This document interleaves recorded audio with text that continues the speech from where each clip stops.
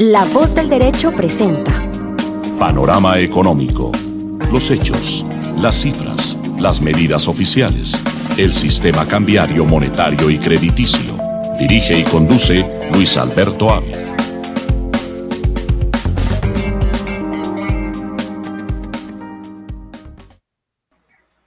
Muy buenas tardes, bienvenidos a Panorama Económico, con la dirección general del doctor José Gregorio Hernández Galindo.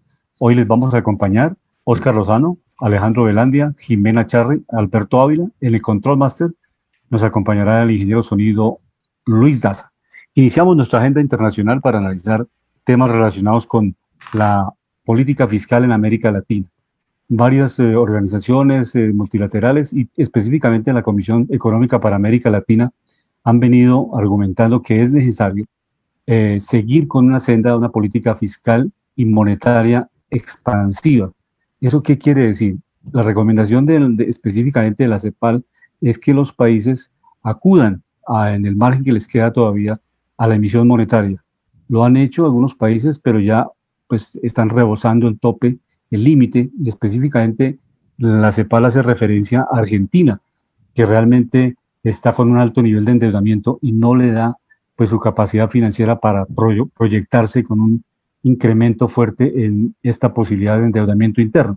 Entonces, los demás países también se recomienda que se generen tanto una ampliación del gasto en lo social y también la CEPAL recomienda que se haga un gasto selectivo, que sea eficiente, que sea bien direccionado, cosa que no estamos cumpliendo en Colombia, porque lamentablemente aquí nos estamos orientando a buscar ingresos adicionales, pero focalizar el gasto inclusive en algunos temas de seguridad nacional, por ejemplo, la compra de aviones por cerca de 15 billones.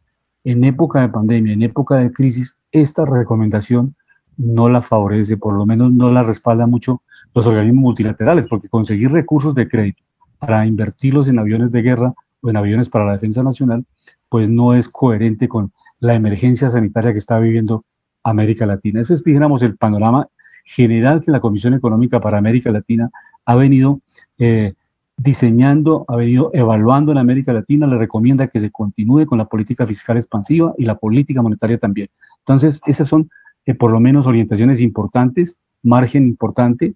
A futuro se tiene que dar de pronto una reunión de jefes de Estado, Banco Mundial, Banco Interamericano de Desarrollo, la CEPAL, para buscar unas rutas que le permitan renegociar y aplazar los términos, los plazos de la deuda externa, porque América Latina es el continente más endeudado del mundo. Entonces, con estos elementos, iniciamos nuestra jornada internacional en Panorama. Profesor Lozano, bienvenido. Y también sigamos en este espectro internacional. ¿Cómo está el panorama económico a nivel internacional, profesor Lozano? Bueno, muy buenas tardes, profesor Luis Alberto, muy buenas tardes para nuestros colegas, un saludo para nuestro director, doctor José Gregorio Hernández, y para nuestros queridos y amables oyentes que nos sintonizan todos los jueves a esta hora de la tarde. Pues adicional a lo que usted acaba de comentar, esa problemática tan grave que tenemos de no ponernos de acuerdo, de hacer lo contrario, de entrar en contravía, como lo que está haciendo el gobierno colombiano, como usted lo señala muy acertadamente. En lugar de reducir el gasto, compra aviones, cuando ahorita no se necesitan comprar aviones, se necesita es soluciones de carácter social y comprar son vacunas, que es lo que se está escaseando en este momento por el problema de la pandemia. Y hablando de la pandemia, América Latina presenta el problema de la desigualdad más grande a nivel mundial. Mire usted que desde que se inició el proceso de vacunación en el mundo, se ha criticado la desigualdad. ¿En qué se sustenta esa desigualdad? Porque hay unos países que han tenido la capacidad de inmunizar varias veces a su población, caso China, caso Estados Unidos, algunos países de Europa, pero otros países, en el caso de América Latina, óigase bien, ni siquiera podrán cubrir a todos sus ciudadanos, y en el caso más exactamente de Latinoamérica no se escapa de estos problemas.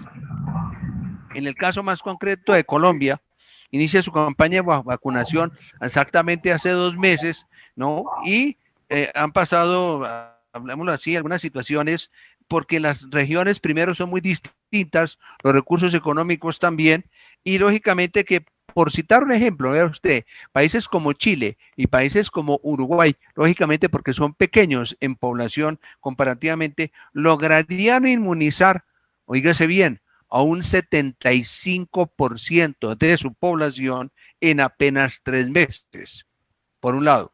Pero otros países, como el caso de Brasil, como el caso de Argentina, como el caso de México, alcanzarían este objetivo aproximadamente el próximo año. Estamos hablando del 2022.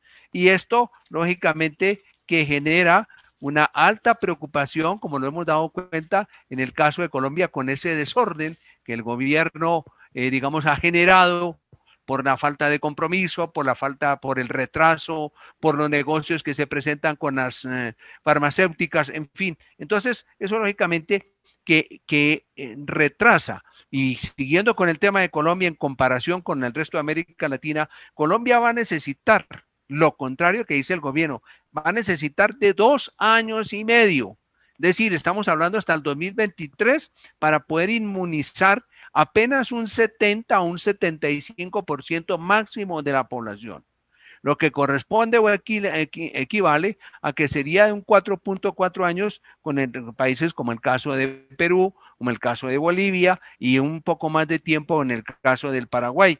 Entonces, eso lógicamente, por ejemplo, en el caso concreto en esta semana, Colombia llegó al promedio de casi 97,000 muertos, hablemoslo así. El problema que tenemos en ciudades como en la costa, en Barranquilla, en Medellín, en Cali, Bogotá, al día de hoy, que se está acercando peligrosamente a un 90%, entonces lógicamente que nos pone a pensar realmente qué es lo que tienen que hacer los gobiernos y en ese error tan craso que está cometiendo el gobierno Duque de comprar aviones, de dedicar la plata a otros asuntos y no de invertir en las necesidades básicas, que es lo que se necesita de la inmunidad para hacerle frente a este problema grande que tenemos de la pandemia. Entonces, en Europa, por decir algo, se le dio luz verde a la vacuna Johnson, hablemoslo así, para ver cómo se puede, digamos, frenar un poco que esta pandemia cada día, este tercer pico nos sigue prácticamente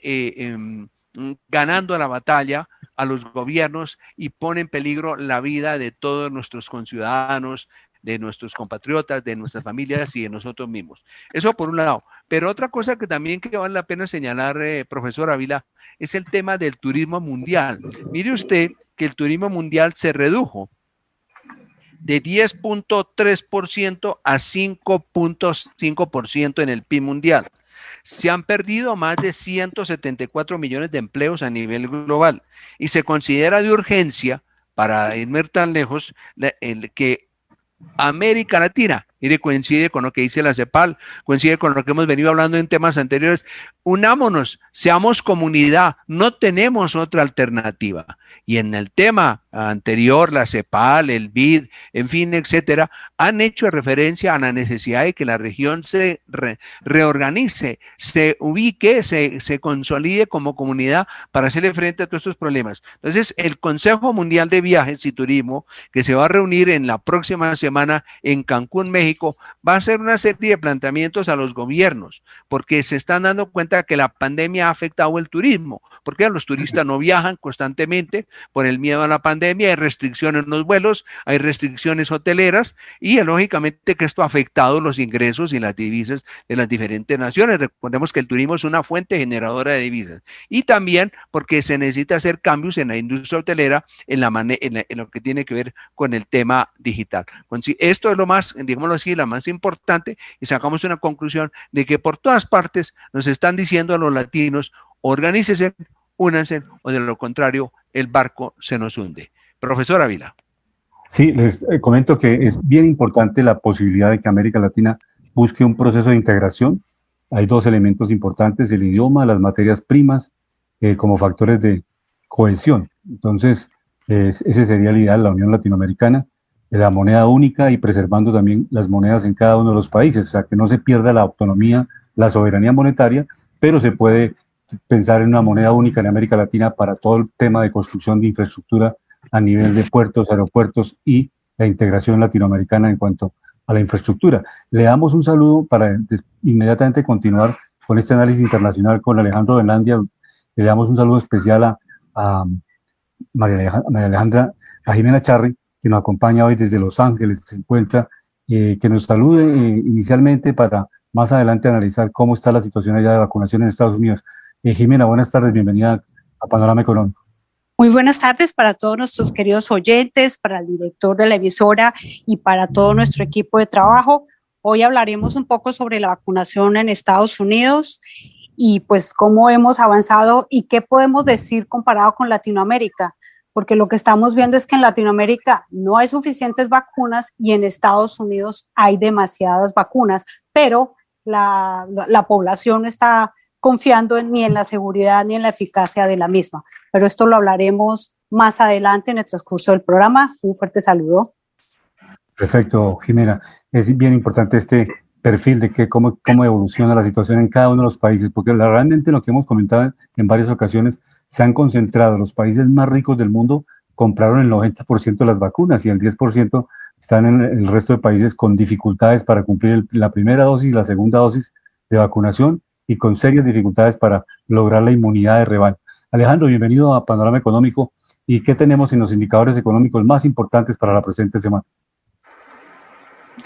Muy buenas tardes a todos nuestros oyentes de Panorama Económico, mis estimados colegas de panel, nuestro director José Gregorio Hernández Galindo, ingeniero de sonido Luis Daza, y pues acá les traemos precisamente los análisis que muchos medios no hacen, pero que nos tomamos la molestia de hacerlo por ustedes.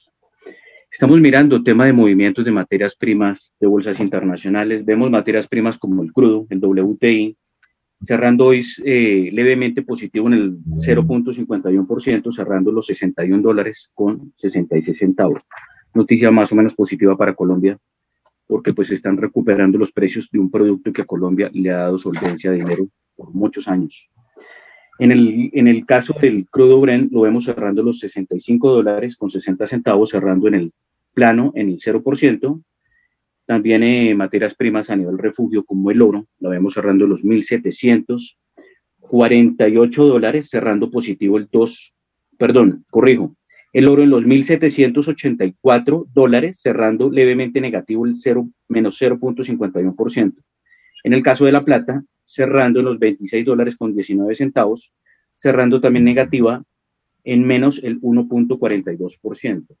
Bolsas internacionales y en indicadores en la bolsa de Nueva York, vemos al Dow Jones en los 33.815 puntos, cerrando levemente negativo el 0.94%. Recordemos que este índice en la bolsa de Nueva York agrupa a las industriales. En el caso del Standard & Poor's 500, el segundo índice más importante de la bolsa de Estados Unidos, lo vemos cerrando en los 4.134 puntos, cerrando levemente negativo el 0.92%. En el caso del Nasdaq, cayendo también en menos el 0.94%, cerrando en los 13.818 puntos.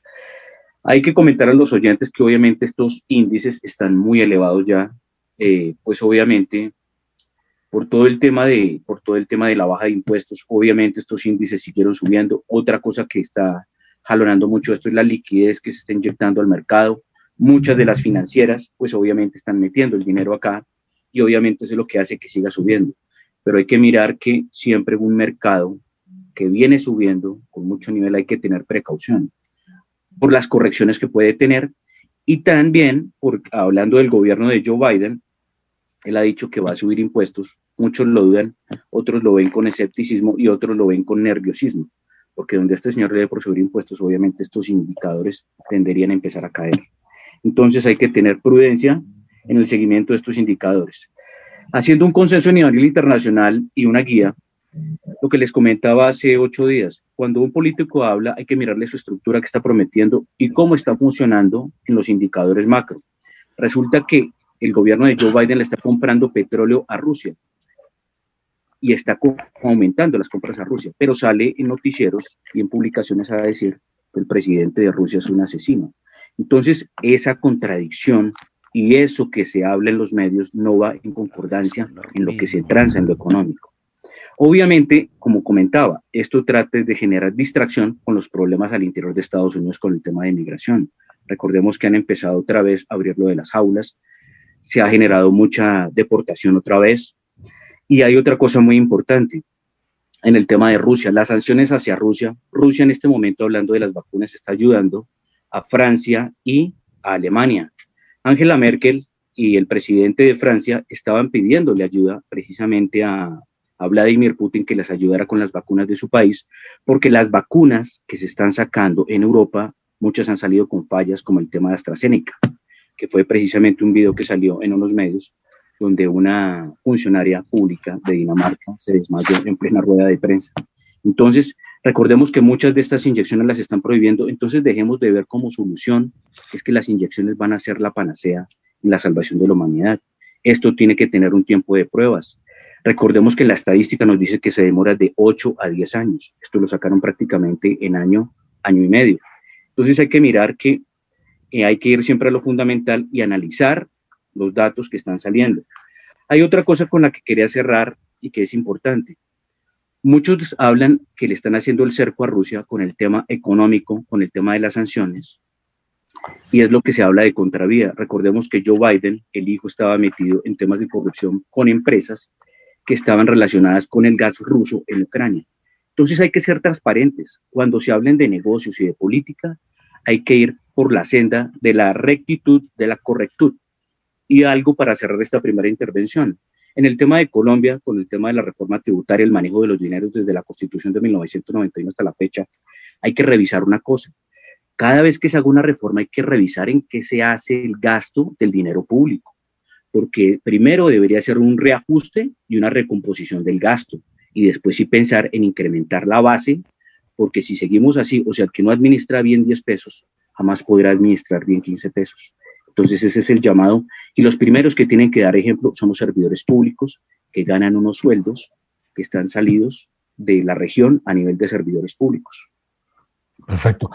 Hoy justamente conocimos pronunciamientos y en el transcurso de la semana pronunciamientos de distintos sectores políticos. En el caso del expresidente César Gaviria, director del Partido Liberal, ha manifestado que no apoyará la reforma tributaria, que negará y se le pide inclusive que retiren el proyecto de reforma tributaria del Congreso.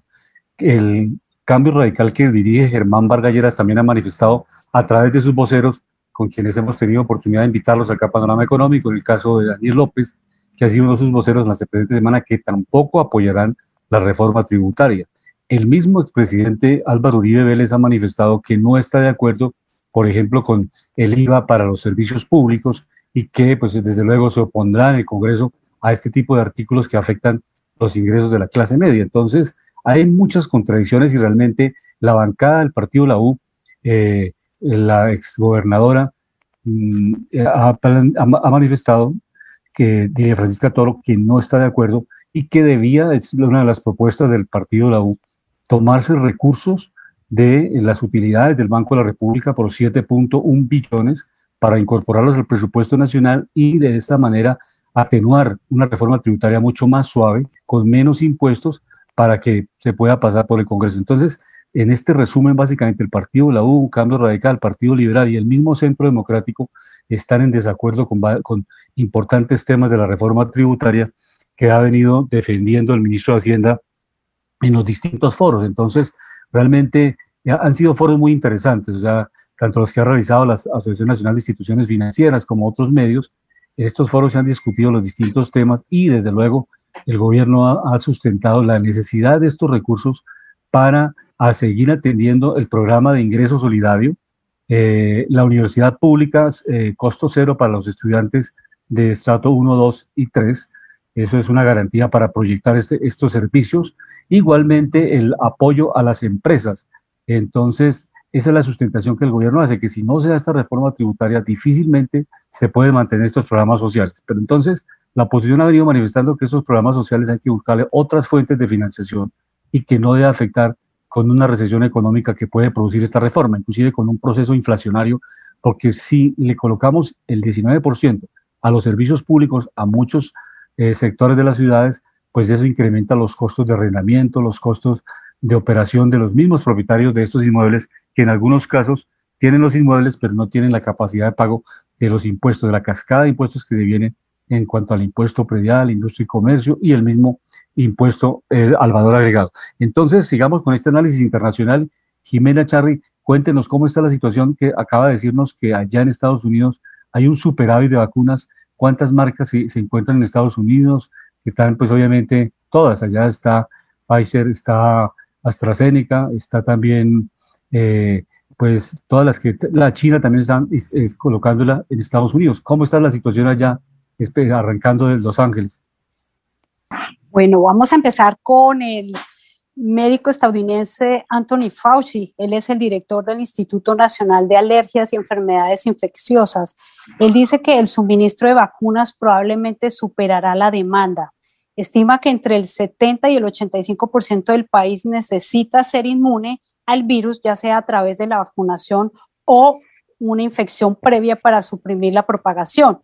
Según los datos de los Centros para el Control y Prevención de Enfermedades, CDC, hasta ahora el 40.1% de la población ha recibido al menos una dosis de la vacuna contra el COVID-19 y alrededor del 26% de la población está completamente vacunada.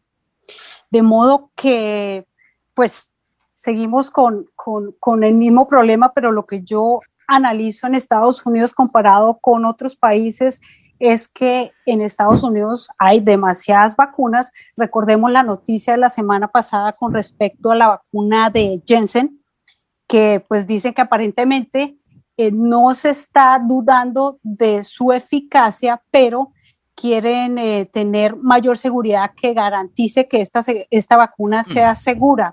Recordemos que de 7 millones de dosis aplicadas, solo hubo reacción en 6 personas.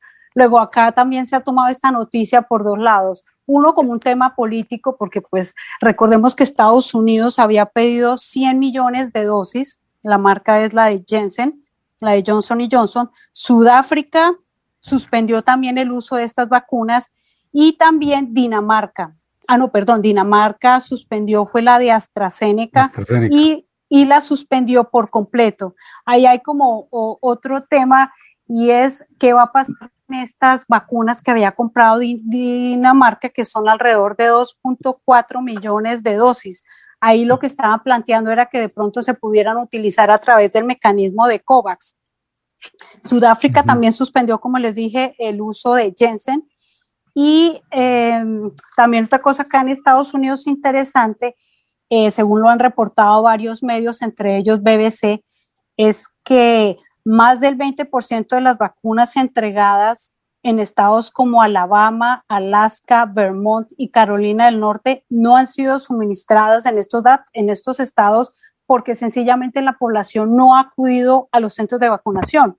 Entonces acá pues podemos ver que en Latinoamérica no hay vacunas, en Estados Unidos hay demasiado, y pues para ello dejo dos puntos que quiero compartir con ustedes. El primero ¿sería la solución para Latinoamérica que estas empresas farmacéuticas liberaran las patentes? Es decir, permitir que los países compren las patentes, pues ahí tendríamos que hablar de la propiedad intelectual de las vacunas, pero ¿sería esta una solución? O otra que también se ha reportado en varios medios como CNN, es que la desigualdad en Latinoamérica ha hecho que se alimente el turismo de vacunas. Quiero decir con ello que Latinoamérica, las personas que tienen capacidad económica, están viniendo a Estados Unidos para poder recibir así la vacuna.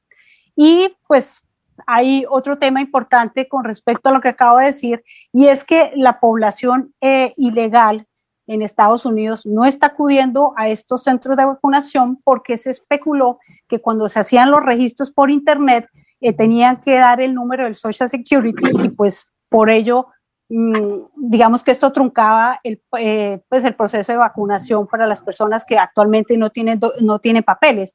Para ello se sacó una circular en la cual se enuncia que lo único que tiene que presentar son un documento con una foto que pueda verificar la identidad, pero que en ningún momento se va a verificar si la persona es ilegal o no. Entonces, digamos que en Latinoamérica, pues como lo hemos reiterado, no hay vacunas, en Estados Unidos hay demasiados, pero la población latinoamericana en Estados Unidos no está acudiendo a los centros de vacunación por miedo a posibles secuelas o las personas que están llevando algún trámite de inmigración para legalizar su estatus, pues tienen miedo por las posibles consecuencias que creen que pudiera traer esto, y lo cual lo han manifestado los medios, no es cierto.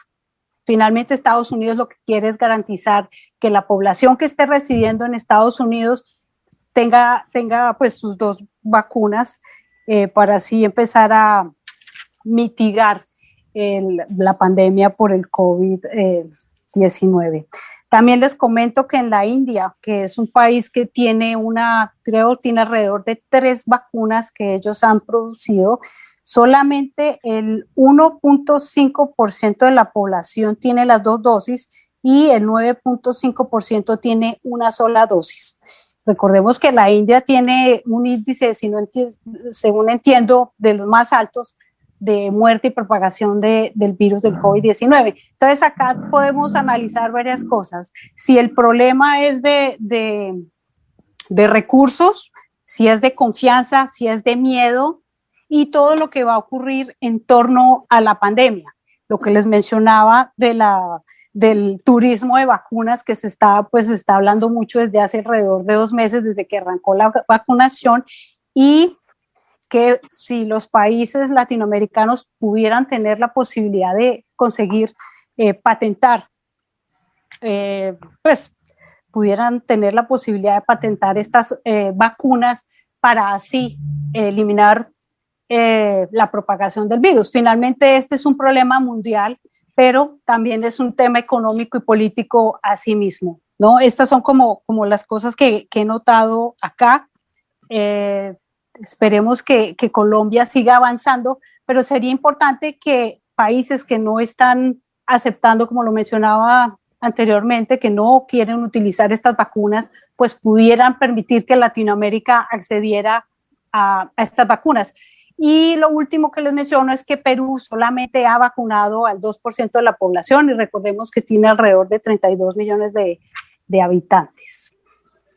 Perfecto, Jimena. Y es importante notarle a nuestra audiencia que Rusia y Argentina han firmado un convenio para empezar a producir la vacuna rusa en Argentina. Entonces, un importante laboratorio de este país ya firmó un convenio y arrancarán 500.000, 1 millón, y la meta es que produzcan 5 millones mensuales de vacunas. Entonces, Jimena estaba comentando un dato muy, muy importante, que si era posible que se levantara, por lo menos que se concediera la patente. Y esto es una demostración de que es factible que países desarrollados o que ya han logrado la vacuna empiecen a desarrollar y pues aceptar que otros laboratorios del mundo, obviamente que cumplan las condiciones técnicas.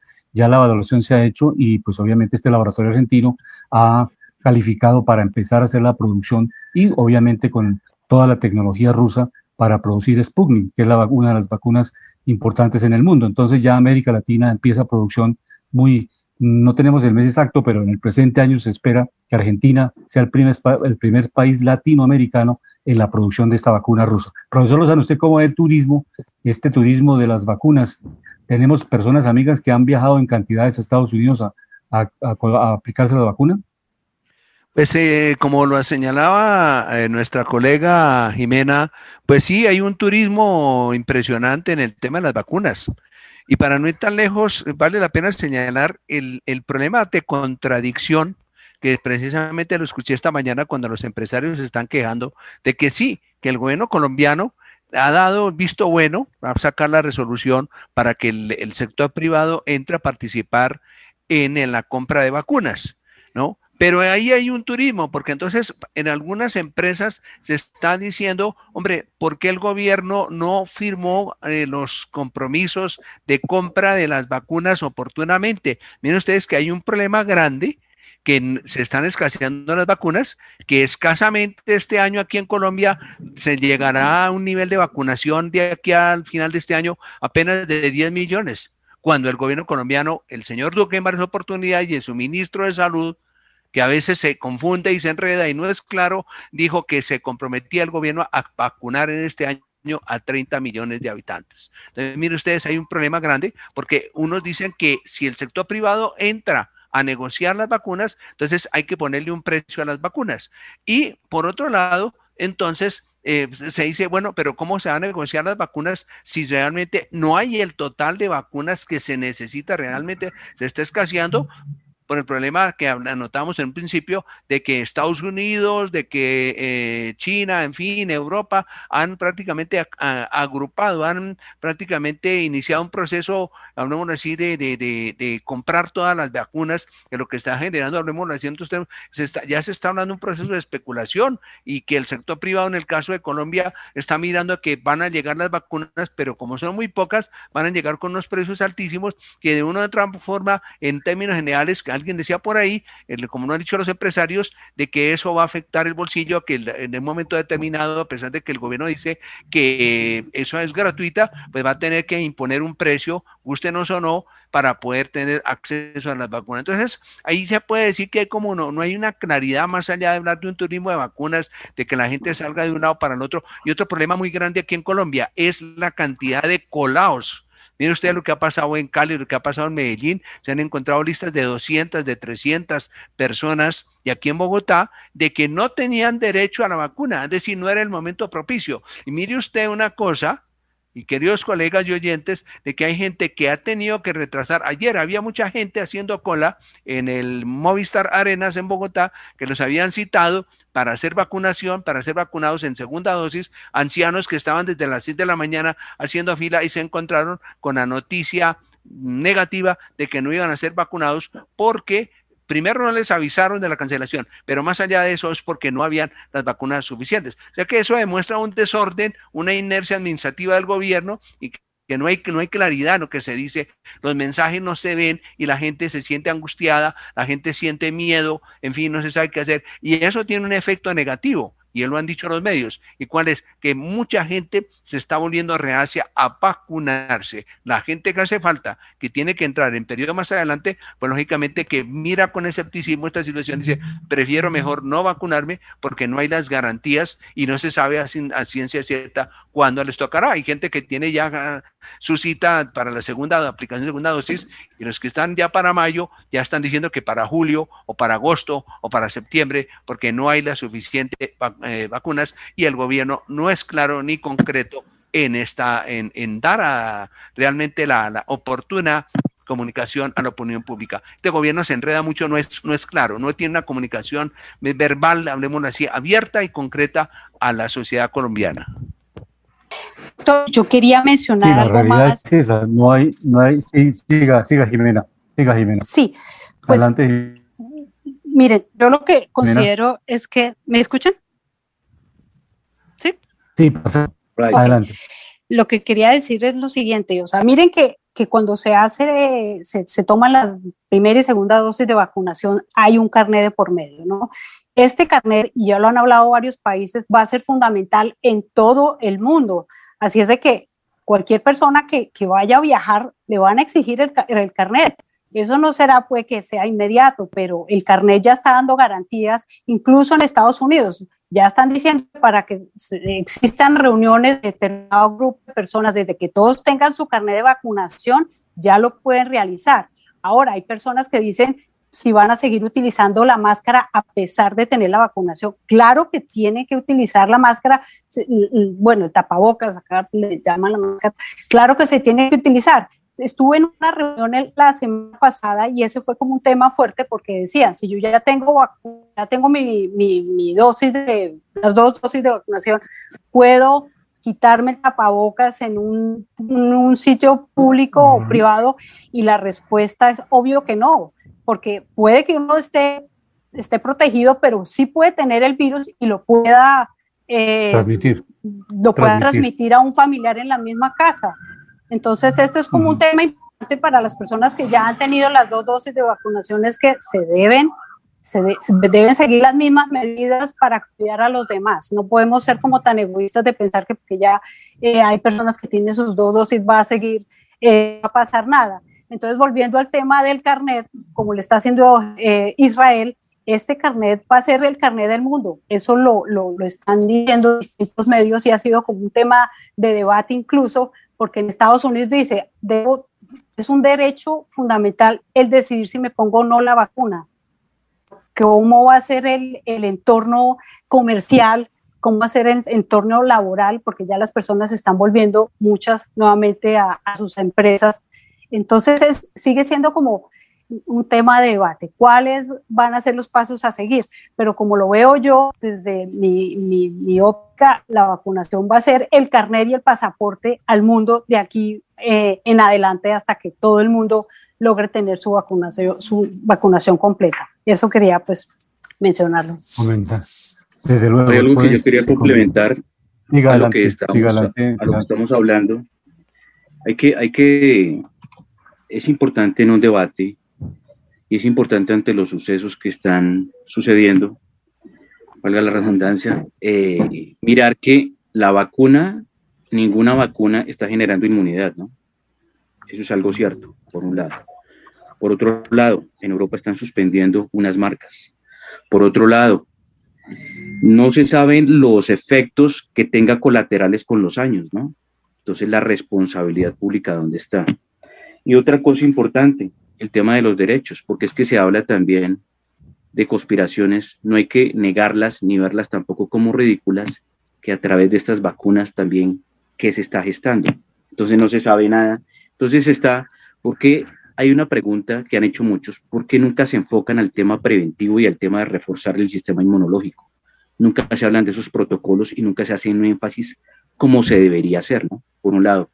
Y hay otras cosas, ya yendo al tema de mercado internacional, hablando de Estados Unidos, estamos mirando que, por ejemplo, las tasas de los bancos centrales a nivel mundial, las estamos viendo que siguen descendiendo. Vemos que en Estados Unidos la tasa sigue del 0 al menos 0.25%. En el Banco Central Europeo, que rige toda la zona, gran parte de la zona euro, vemos su tasa en el 0%. Banco del Reino Unido, su tasa está en el 0.10%. Banco Central de Suiza, recordemos que este es un refugio a nivel internacional para bienes de capital por excelencia, pues el refugio es el paraíso fiscal por excelencia a nivel global. La tasa está en negativo, el menos 0.75%. Muchos critican a los paraísos fiscales, pero se van a volver más moda que antes. ¿Por qué? Porque se va a venir un problema de deuda soberana de muchos países, porque muchos países desjuiciados están generando asistencialismo sin productividad. Cuando una economía y un país genera en la gente asistencialismo sin productividad, pues muchos de estos ítems dentro de los gastos ya se vuelven normales y obligatorios. ¿Qué es lo que sucede? Un país se mueve por producción y tiene que tener con qué intercambiar, porque un país no puede emitir y emitir, a menos de que tenga muchas minas de oro, que el oro de pronto sí tiene una fácil transabilidad y genera un recurso, o sea, genera un respaldo sobre un bien de recurso intercambiable.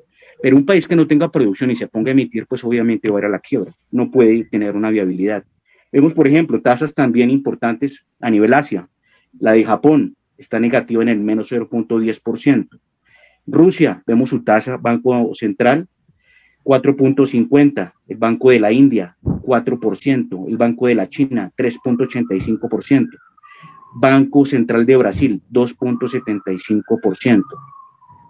Estamos mirando que las tasas están bajas, donde se venga un problema de deuda, ¿dónde va a estar la reacción del estímulo de capital? Cuando las tasas son demasiado bajas y se inyecta mucho dinero al sistema, obviamente se tiende también a crear inflación. Y si el tema es de producción se cae, pues es complicado. Pues pueden surgir dos fenómenos a la vez. La inflación con la deflación, ¿no? Que era el problema que tenía Europa, que tenía un descenso generalizado con los años de precios. ¿Pero por qué? Porque resulta que los países de la zona euro tienen mucha deuda pública. Entonces, si Colombia, que se va a acercar, dicen los pronósticos, al 70% de la deuda sobre el Producto Interno Bruto, y si no generamos más productividad, ¿a dónde vamos a llegar? Al paralelo que lo que estoy diciendo con Suiza, que es excelencia, paraíso a nivel global, a la gente si se le empieza a ir a llevarse a un abismo económico, pues la gente va a tener que buscar refugios como las criptomonedas, por ejemplo. Va a tener que buscar refugios como los paraísos fiscales. Las criptomonedas, ¿por qué son tan atractivas? Porque es un refugio de capitales a nivel tecnológico. O sea, con eso mucha gente va a tener que esconder o va a poder esconder sus bienes de capital. Esto, muchos dicen, no se debería hablar porque se genera una tendencia, pero resulta que esto ya se volvió una moda. Resulta que las criptomonedas ya empezaron a tomar un rol tan determinante. Muchos países las están prohibiendo, otros países dicen que las quieren regular. Pero el que sabe de estructura económica sabe que donde entre la regulación en estas criptomonedas, pues el interés empieza a caer. ¿Por qué el interés empieza a caer? Porque vienen los países a querer grabar las utilidades, las ganancias, las valorizaciones, las tenencias, generar renta sobre esto, y es algo delicado. Pero dicen que cuando viene un sistema, recordemos y esto de pronto con mi colega doctor Óscar Lozano lo puede recordar, por qué se dio la Revolución Francesa. Cuando se lleva a la gente a una opresión económica, ¿a dónde se puede llegar? Entonces salen alternativas para la gente, para que la gente deje de perder su capital y tenga también un derecho a la supervivencia. Entonces estas criptomonedas por eso han tomado tanto auge. Estamos estudiando, a ver si en próximos programas podemos llamar personas que sean muy técnicas en el tema y que nos puedan vislumbrar todo este panorama que existe en cuanto a este tipo de inversiones y activos. Sí, muy bien, Alejandro. Esa es la idea, seguir profundizando en todas las alternativas que tenemos en el mercado financiero. El profesor Lozano, usted nos comentaba al comienzo del programa que el turismo internacional ha venido cayendo y que pues eso está afectando a Colombia. ¿Cómo está afectando de manera directa la economía nacional esta caída vertiginosa que tenemos en el turismo internacional? Pues mire, como le comentaba al principio del programa, profesor Ávila, el turismo ha caído de un 10.5% que tenía en un principio, se redujo del 10.3 a un 5.5% del PIB mundial. Pero más exactamente en Colombia, pues está afectando el turismo. Las principales regiones que son, por decirlo de esa naturaleza, donde se concentra el turismo tipo San Andrés, Cartagena, Santa Marta, en fin, etcétera, y el eje cafetero, han visto reducidos sus márgenes, sus ingresos de divisas, porque la gente, lógicamente, como lo hemos señalado en programas anteriores, se abstiene de hacer estos viajes, de movilizarse por tierra, por avión, por lo que sea, por el problema al contagio de la pandemia. Entonces, lógicamente que eso ha tenido una repercusión, a pesar de que nos dimos cuenta que en los días de Semana Santa, hace 20 días atrás, hubo un movimiento que no fue el mejor, pero que en Cartagena, por ejemplo, y en Santa Marta tuvo una gran repercusión positiva para los hoteleros, pero como lo vemos también, eso generó que una contaminación, y mire usted el problema que ha habido en Cartagena y en Barranquilla y en Santa Marta. Entonces eso lógicamente que conlleva, y eso es muy preocupante a futuro, qué va a pasar de aquí a mitad de año, o cuando viene también la temporada de vacaciones, cuál va a ser, teniendo en cuenta qué es lo que va a pasar con la pandemia de aquí en adelante, cuál va a ser el comportamiento cuando se dice que va a haber más restricciones, va a haber más cuarentenas. Entonces eso lógicamente que va a tener un retroceso en la actividad hotelera y por ende en la actividad empresarial industrial. Pero permítame señalar a propósito en este momento, ya para terminar este comentario, profesor Ávila y queridos colegas, algo que vale la pena señalar hablando de mercado, ya cuando Alejandro Velandia nos habla del tema de los mercados financieros, hay un punto muy importante, el tema de la inversión extranjera. En Colombia, mire, que la inversión extranjera, cosa paradójica, les doy este dato, creció en un 66% en el primer trimestre del 2021. Y los sectores que más han tenido movimiento, ¿cuáles son? El software, la agroindustria y las energías renovables, lo mismo que la industria metalmecánica. Según un informe de ProColombia, entre enero y marzo de este año, Colombia recibió 31 nuevos proyectos y realizó negocios equivalentes a los 1.595 millones de dólares. A diferencia del año pasado, que apenas habían 960 proyectos. Entonces, es lógicamente que eso tiene mucha incidencia. Y hay algo que vale la pena señalar. Han llegado nuevas empresas a Colombia. Una de ellas, la empresa TDCX de Singapur, que instaló una oficina en Bogotá para prestar sus servicios, óigase bien, para América, es decir, para Estados Unidos, en fin, y eso pues lógicamente que va a tener un efecto, puede ser positivo en generar aproximadamente unos 20,000 empleos aproximadamente. Y los países que más están invirtiendo en el mercado colombiano son Chile, Brasil, Argentina, China, Estados Unidos y Canadá. con destino a regiones como la de Bogotá, principalmente Antioquia y la región Caribe. Pero señalando algo que me parece importante y que preocupa, que lo hemos venido comentando en estos días de programas pasados, es el impacto, profesor Velandia, de la reforma tributaria. Esa reforma tributaria tiene un impacto nocivo, miremos únicamente en el sector agropecuario. Cuando estamos hablando de que algunos productos pasan de que estaban actualmente exentos, pasan a prácticamente a estar más en riesgo de recibir imposiciones tributarias, el caso de la carne, el caso del pollo, pescado, los huevos, el queso, la leche. Esto significa que el IVA pagado, fíjense bien, que el IVA pagado en las etapas previas de elaboración y distribución no será recuperable para el productor nacional. Entonces, cuando nos dicen que no va a ser recuperable al productor nacional, nos preguntamos, ¿eso se va a traducir en que en unos aumentos de costos y, por tanto, en unos aumentos de los precios al consumidor, lo que va a generar un aumento de las importaciones? Por favor, señores del gobierno, ¿qué estamos haciendo? El país necesita es vender, necesitamos urgente aumentar las exportaciones. Somos en los últimos, Colombia está ubicada en una lista de 70 países, ocupa el puesto 60 en el aumento de exportaciones a nivel mundial. Por Dios, no tenemos entonces qué hacer y el gobierno se dedicó únicamente a imponer, a castigar, como lo hemos señalado acá, al productor, al agricultor. Y por otro lado, se pasa por encima las recomendaciones de los expertos internacionales. Por ejemplo, algo que preocupa es, por ejemplo, que se está hablando de energías renovables y se crea un insólito impuesto del 8% en el consumo de los plaguicidas. También el gobierno habla a los cuatro vientos de una economía verde. Decimos, ¿cuál economía verde? Si le está colocando un impuesto del IVA por ciento a las plantas, a todo lo que son energías, a los parques, hablemoslo así, que te manejan todo lo que es energías renovables para hacer efecto y frenar un poco el cambio climático.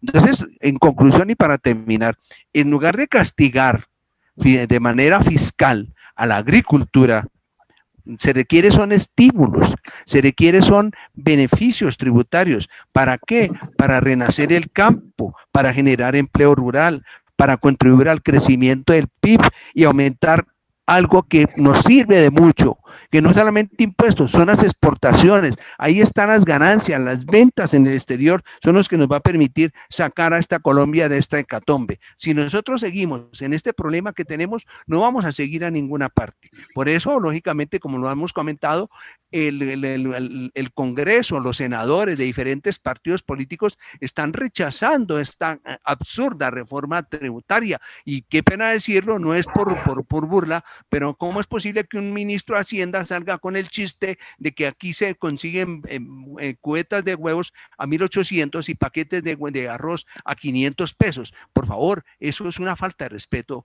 al conglomerado. Por favor, los trabajadores colombianos merecen respeto. Tenemos una economía, tenemos un país rico en biodiversidad. Somos uno de los países más ricos en biodiversidad en América Latina y a nivel mundial. Entonces hay que vender, hay que mostrarnos al mundo. No castiguemos al productor, no castiguemos al empresario, generemos riqueza y bienestar, que me parece a mí es lo más importante en estos momentos. Se requiere, lógicamente, para terminar, es hacer una mesa de trabajo, es hacer un consenso entre Congreso, Presidencia de la República, sociedad civil, para poder llegar, y los gremios económicos, lógicamente, para mirar cuáles son las cosas importantes. Porque sí, necesitamos una reforma tributaria, nadie está diciendo que no, necesitamos aliviar las cargas fiscales, pero recordemos una cosa también, que la OCDE ha hecho recomendaciones, y el Fondo Monetario Internacional y el Banco Mundial, pero es que las calificadoras de riesgo también han dicho, entonces el gobierno también le está dando prelación a eso, porque como lo señalábamos anteriormente, el aumento de la deuda va a ser cada día mayor, pero si no tenemos ventas, si no exportamos, si no tenemos de dónde echar mano, pues lógicamente difícilmente el barco puede llegar al puerto. Muchas gracias. Hay algo muy importante que yo quería complementar a lo que se viene diciendo, y qué bueno que mi estimado colega esté muy conectado en eso, que es una realidad. Y eso es algo que yo venía hablando desde hace mucho tiempo, y hay algo que tiene que tener un país como ejemplo, que es inteligencia financiera. O sea, si unos recursos se administran mal, pues ¿cómo vamos a tener una viabilidad económica? Colombia tiene muchas ventajas que si se saben usar, podríamos ser potencia. Por ejemplo, tenemos una ubicación cerca a Panamá. Panamá es un puente comercial a nivel global, como lo es el Canal de Suez. Son dos centros estratégicos a nivel global.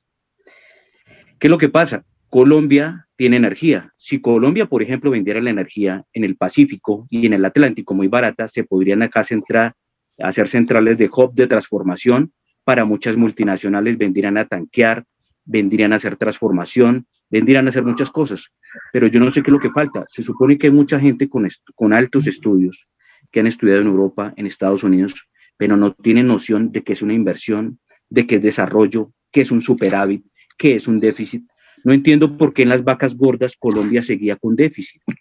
No entiendo por qué en vacas gordas, eras de petróleo alto, 2004, 2005, 2006, 2007, parte del 2008, 2010, 2011, 2012, 2013, parte del 2014, con esas rentas petroleras, Ecopetrol creo que obtuvo desde los 90 hasta la fecha más de 100 billones en utilidades.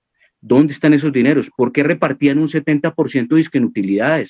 Esto parece la fiesta de los ricos.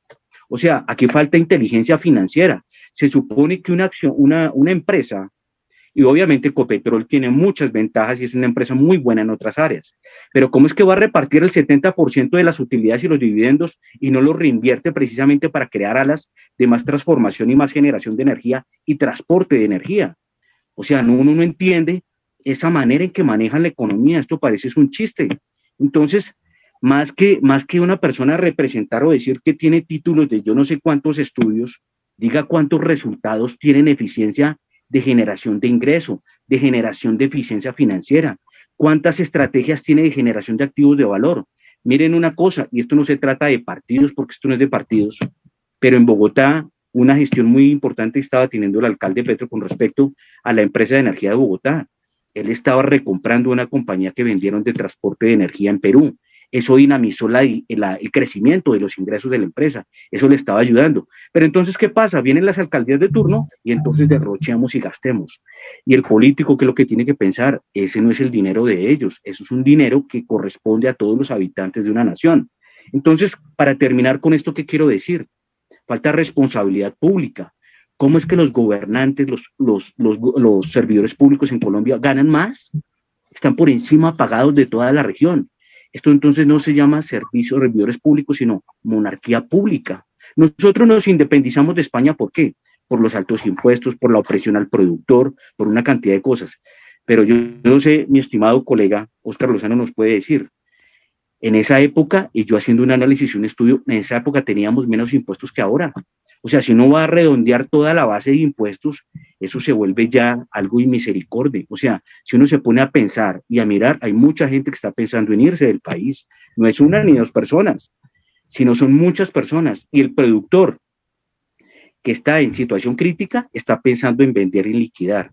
Interesante también la noticia de que, por ejemplo, yo tanto que hablo de Singapur porque es un modelo a seguir, está invirtiendo en Colombia y precisamente en un sector que es de alta tecnología, que es todo el tema de software. Pero hay que dejar una cosa acá en claro, o sea, si nosotros de verdad queremos hacer una reforma, tenemos que ir primero en qué estamos gastando los impuestos y bajar. Y hay muchos colegas que de pronto dicen, no, es que los servidores públicos no se van a bajar el sueldo. Resulta que en la Constitución hay una parte que dice que el bien general prima todo sobre el particular. Entonces ellos no deben de tener decisión sobre esto, sino que deben adaptarse precisamente a lo que dice la Constitución y que reza. Ellos se deben adaptar, esa es la realidad socioeconómica. ¿Qué le tocó hacer Grecia? ¿Qué le tocó hacer a muchos países? Reducir precisamente ese despilfarro de dinero, esa monarquía que se quiere crear sobre el sector público. Por favor, y servidores públicos, les digo algo. Si ustedes quieren buen dinero, métanse en el sector privado. Eso hacen en Estados Unidos. Los que están trabajando en el gobierno y quieren ganar mucho dinero, se van al sector privado y ganan 4, 5, 6, 7, 10 veces más de lo que ganan en el sector público. Pero el sector público es precisamente para tener un sentido de pertenencia, para vivir las necesidades de la gente y para ayudar a que precisamente el ser humano viva mejor. Jimena, Yo en quisiera... Estados Unidos, profesor, permítame un segundito para sí, que la perfecto, Jimena nos perfecto. comente en Estados Unidos Sí. cómo está el tema de los aportes, de los auxilios, esos $1.400. ¿Eso realmente, ese chequecito está llegando a las familias? ¿Cómo ve ese panorama económico allá en Estados Unidos? O sea, ese plan de rescate, o sea, ya el presidente Biden, igualmente la administración anterior, habían hecho lanzamientos de rescate con, obviamente, una misión. La Reserva Federal inyectó recursos y ahora con el plan de infraestructura, que es cerca de $2 billones, que ese sí básicamente se va a financiar con impuestos. Pero ¿cómo ve ese panorama ya, Jimena, en Estados Unidos, en materia del rescate económico de la economía norteamericana? Bueno, doctor, le respondo una pregunta que me hizo antes y ya le respondo a la siguiente. Sí. En Estados Unidos son 3 vacunas las que están funcionando: Pfizer, que son 2 dosis, la Janssen, que es una sola única dosis, y Moderna. Y referente a lo que me dice, pues mire, las ayudas en efecto han funcionado. Sin embargo, hay muchas personas también que no calificaron para esas ayudas y están viviendo en los carros.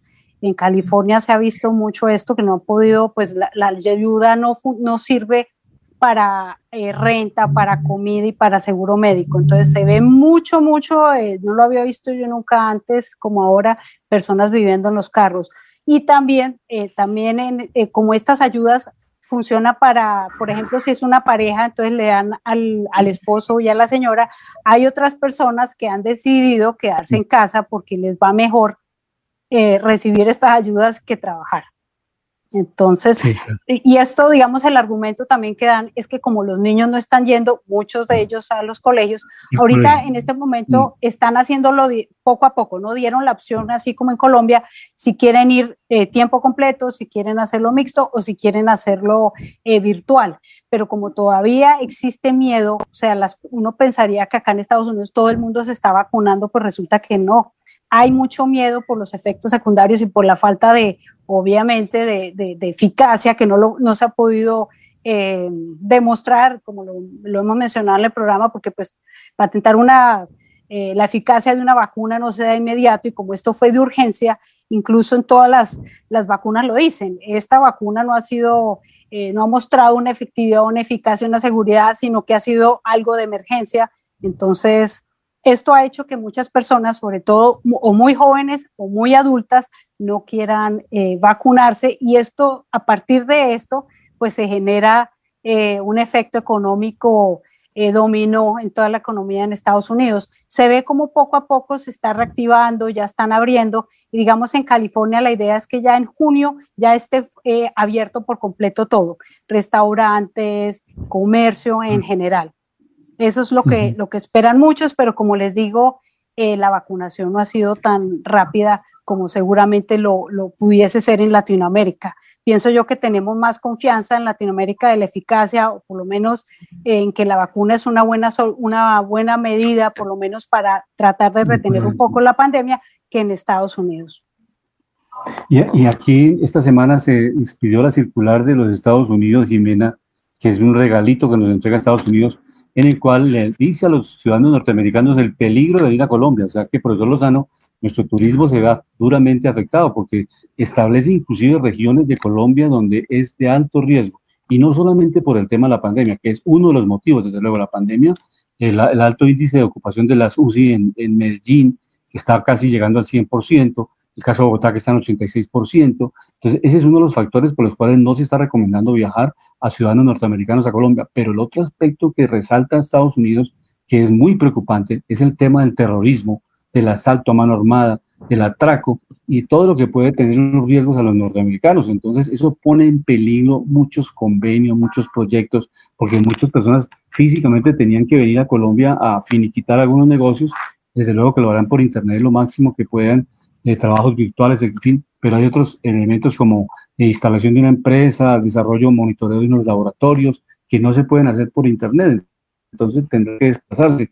Y hay zonas de Colombia que el Departamento de Inteligencia de los Estados Unidos está vedando, o sea, el caso de norte de Santander, el caso de las zonas de Putumayo, en fin, Antioquia, hay varias regiones del país, Cauca, por ejemplo, a excepción de Popayán, pero ya estableció un mapa muy preciso Estados Unidos donde no le recomienda a los ciudadanos norteamericanos venir a Colombia. Y si lo realizan es por cuenta propia y riesgo personal. Entonces, esto pues realmente es un proceso de distanciamiento de las relaciones Colombia-Estados Unidos, Jimena. Doctor, Perdón, y las eso es algo- cuarentenas, perdón Alejandro, Hay algo, las cuarentenas hay sí algo será que quería que... decir, hay algo que quería decir que ese Sí, es el Alejandro. gran espaldarazo que nos está dando Joe Biden. Aplaudámoslo. Qué magnífico, ¿no? No. O sea, eso nos está dejando en una calificación global peligrosísima. O sea, no solo estamos restringiendo turismo, sino negocios. Entonces, muchas gracias Claro, a la claro. administración y qué bueno los que apoyaron a Joe Biden. Miren, ahí están los resultados. Eso es lo que tenemos cuando creemos en las palabras de un político y cuando las acciones son totalmente contradictorias. Una noticia de estas es una circular tan negativa y recordemos que Colombia es uno de los socios más importantes a nivel Suramérica de Estados Unidos. Eso no se le hace a un país. Eso es como quitarle precisamente la calificación o algo parecido. Eso se lo dejo a ustedes precisamente para que lo evalúen. Y un debate, algo muy importante que quiero destacar positivo, buenos ejemplos. En época de pandemia, Ecopetrol compró a ISA, excelente negocio. Primero, cuidamos un activo estratégico a nivel nacional, que es la energía, que es un sector en crecimiento. Segundo, cuidamos de que la compre un extranjero y que se la lleve. Tercero, le abre una línea de negocio para seguir exportando energía a Centro y Suramérica. Estos son los negocios, una maravilla. Y como hay críticas también, hay que resaltar lo bueno y lo positivo. Otra cosa que va mucho al tema de la reforma tributaria. Duque puso el impuesto solidario a las pensiones altas y a los sueldos altos de los servidores públicos. Llegaron las altas cortes y tumbaron eso, se beneficiaron a sí mismas creando corrupción. Entonces, por favor, tratemos de ir a lo fundamental, no más enredos, expliquémosle a la gente. El dinero se tiene que manejar bien, la estructura se tiene que manejar bien, y todos en el país merecemos precisamente el dinero de los impuestos, porque estrato 4, 5 y 6 en este momento se están empobreciendo mucho. Es la clase que le está tocando estar financiando esta reforma. Profesor Lozano.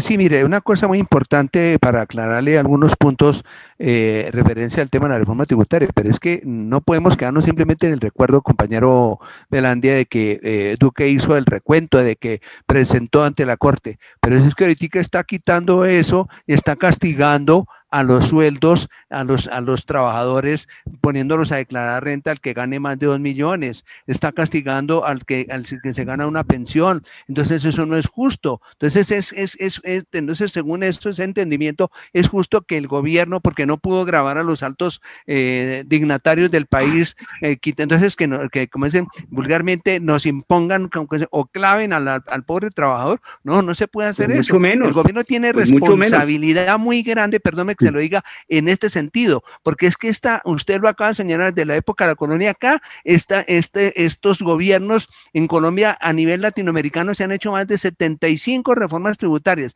Desde la época de la colonia, cuando logramos la independencia, el primer problema era que había un impuesto, como decir, el del IVA, que era la alcabala. Hoy en día, ¿qué tenemos? ¿Cómo es posible que se hace un aumento de salarios del 1% al 3% y se quiere agravar la comida con un 19%? Entonces, también que aumenten los precios y aumenten los salarios al 19%. Entonces, ¿por qué tenemos ese desfase y por qué se aplica una teoría económica contraria a lo que se está viviendo? Tenemos que mirar una flexibilidad. Así como suben los salarios, así suben los precios. Y otra cosa, yo estoy de acuerdo con lo que señala el doctor Ávila y lo que han dicho muchos analistas, de que es necesario, es urgente, primero poner en marcha una renta básica universal de aquí en adelante, y otro, que el Banco de la República se eche la mano al bolsillo. El señor Villar decía en estos días algo muy preocupante y sonaba hasta chistoso. No, es que el gobierno tiene que financiarse, tiene que conseguir más créditos. Entonces uno da una respuesta, ¿por qué no le da una mano al gobierno para no tener nosotros que caer en esta reforma tributaria tan castigadora,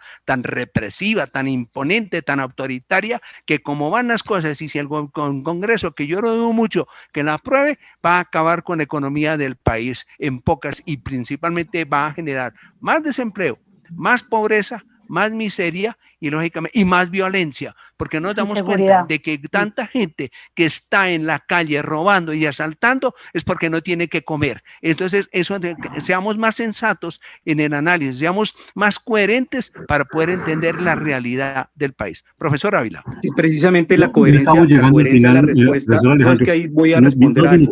La respuesta a la coherencia, ¿dónde está? Que cuando un presidente quiere hacer algo, precisamente en los que le sobra y que es con el dinero de los contribuyentes, pues obviamente no va a ser justo que a una persona de 2 y 1 millón le cobren impuestos. Claro, de acuerdo. Precisamente por eso le digo, es que el dinero, 20, 30 y 50 millones de pesos de servidores públicos, eso lo querían grabar, y yo estoy de acuerdo. ¿Por qué? Porque es que la coyuntura en la no da para reforma quedó un pagarles altos articulito sueldos. de Entonces, impuestos a lo que solidarios de voy es 10 que millones las de cosas dólares. tienen que ser racionales. El asistencialismo es peligroso porque quita la productividad. Es importante generar aparato productivo, o si no, no hay desarrollo. Y precisamente en un país tiene que haber, Colombia tiene déficit comercial. ¿Y por qué tiene déficit comercial? Porque los costos al productor son muy elevados. Entonces hay que inyectar dinero a los productores, bajar impuestos para que seamos competitivos a nivel financiero. La matemática tiene que cuadrar. Y aquí no es decir lo políticamente correcto, sino lo políticamente sincero que nos sirve a todos. ¿Por qué? Porque es que si las matemáticas las manejamos bien, las finanzas las manejamos bien, vamos a ser un país positivo, o si no vamos a seguir por la senda y este país no va a llegar a ningún lado con esta regla fiscal. ¿Por qué? Porque la gente se va a empobrecer. Como yo digo, los estratos 4, 5 y 6 son los que más están sufriendo en la reforma, son los que más les toca pagar dinero y los que tienen que subsidiar a los estratos 0, 1, 2 y hasta el tercero. Entonces hay que ser consecuentes. Si castigan al que estaba consumiendo y al que más o menos estaba produciendo, ¿a dónde vamos a llegar? Listo, esa es la reflexión que hacemos. Jimena, ¿algún comentario final, Jimena, para que nos despidamos desde Los Ángeles, que nos acompaña hoy en Estados Unidos? Bueno, quisiera preguntar, pues dejar esto abierto, si las cuarentenas realmente están mitigando el impacto del COVID, si realmente es una medida que está funcionando. Porque Los epidemiólogos y todo el equipo médico que asesora las alcaldías de Bogotá, Cali, Medellín, están evaluando permanentemente, pero es una de las alternativas, no es la única. Pero en el caso de Bogotá, Jimena, estamos en cuarentena, en toque de queda desde las 8 de la noche hasta las 5 de la mañana, y realmente esto restringe, y pues obviamente la idea es eliminar, por lo menos mitigar la situación de las fiestas clandestinas, los jóvenes, especialmente porque los jóvenes están llegando de fiestas clandestinas, de reuniones no santas, llegan a la casa, infectan al abuelo, al hermano, y la tragedia es familiar, mueren 2, 3 personas de la familia, porque la gente joven está en una parranda, una fiesta. Entonces esa relación ha sido importante, y eso busca con el toque de queda frenar las salidas nocturnas y pues obviamente la integración social, las reuniones, en fin, todas esas fiestas clandestinas que en Bogotá se venían registrando. Eso ha venido disminuyendo. Aquí en Bogotá se presenta un problema de transporte.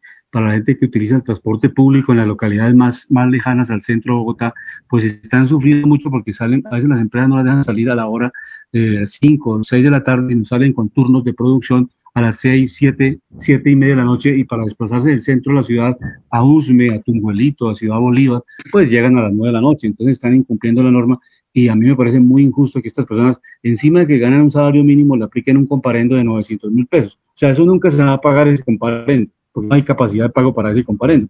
Yo pienso que lo más importante es, si el error fue del empresario no dejar salir temprano a los trabajadores, pues es el empresario que tiene que responderle al distrito sobre esta medida de incumplimiento, porque los trabajadores son, digamos, el eslabón más sencillo de la cadena. O sea, le van a cobrar la multa que no la puede pagar. Otra alternativa que están diciendo la gente es que le colocaran una labor social a las personas que fueran a ayudar a limpiar hospitales, a lavar paredes, lo que sea, para que se den cuenta de la tragedia que están viviendo los hospitales en este momento y sean conscientes y solidarios, que no es la norma ni es un policía en cada esquina buscando a las personas infractores de la ley, sino es la responsabilidad social, la disciplina social, la que permite, o la que por lo menos logró China, Singapur y todos esos países con más disciplina, con más tecnología, mitigar la expansión de la pandemia. Si no tenemos disciplina colectiva, seguramente la expansión del virus va a seguir. Así tengamos vacuna, tengamos cuarentenas, confinamientos, pero si la gente sigue saliendo de los límites sociales y haciendo lo que quiere, pues obviamente no va a ser, si es asintomático, pues no registra públicamente el virus, pero lo tiene y puede ser un transmisor potencial. Entonces, el llamado que hacemos desde Panorama Económico es a la disciplina social, el autocuidado. Eso es fundamental. Yo creo que llegamos al final de Panorama Económico con toda la colaboración de ustedes. Jimena, muchas gracias. A Óscar Lozano, muy amable. El profesor Alejandro, muchas gracias. Y nos vemos la próxima semana para hacer una nueva edición de Panorama Económico con la dirección general. Hay algo último que yo quiero decir, 10 segundos, 15 segundos. Por favor, matemática básica. Generemos más ingresos de lo que gastamos. Vamos a hacer economía desarrollada, por favor. El economista con alta preparación o con poquita preparación lo sabe. Ingresos más que egresos. Vamos a tener un modelo sostenible. Si no hacemos eso, nos vamos a quebrar. No, de acuerdo. Y aquí en Bogotá, en otros programas, tendremos oportunidad de valorar. Aquí hay megaproyectos muy importantes, la ampliación del metro hasta la calle 220, llevar el metro, la segunda línea del metro por Suba, en Gativá, conectar también a otras localidades de Bogotá. En fin, hay muchos proyectos importantes, los Regiotrans, en fin, todas esas obras de infraestructura van a generar crecimiento y desarrollo. En eso estamos absolutamente de acuerdo. Si no hay crecimiento económico, pues no tenemos que repartir ni que distribuir. Y miren, un ejemplo bonito, y hay que aplaudir al presidente de Ecopetrol y a Iván Duque por esto, hay que aplaudirlo. O sea, si hicieron algo bueno, mire, la compra de Ecopetrol por ISA es una maravilla porque se anclan 2 titanes, y esos 2 titanes nos van a generar más ingresos, más viabilidad hasta para el mismo Ecopetrol, le va a permitir exportar energía eléctrica, es una maravilla. Diversificar. De acuerdo, eso lo estábamos hablando en muchos programas. Repito, muchas gracias a toda nuestra audiencia, al ingeniero Luis Daza por su ayuda técnica en este programa. Los esperamos la próxima semana en Panorama Económico. Muchas gracias, buena tarde para todos. La Voz del Derecho presentó Panorama Económico. Los hechos, las cifras, las medidas oficiales, el sistema cambiario, monetario y crediticio. Dirige y conduce Luis Alberto Ávila.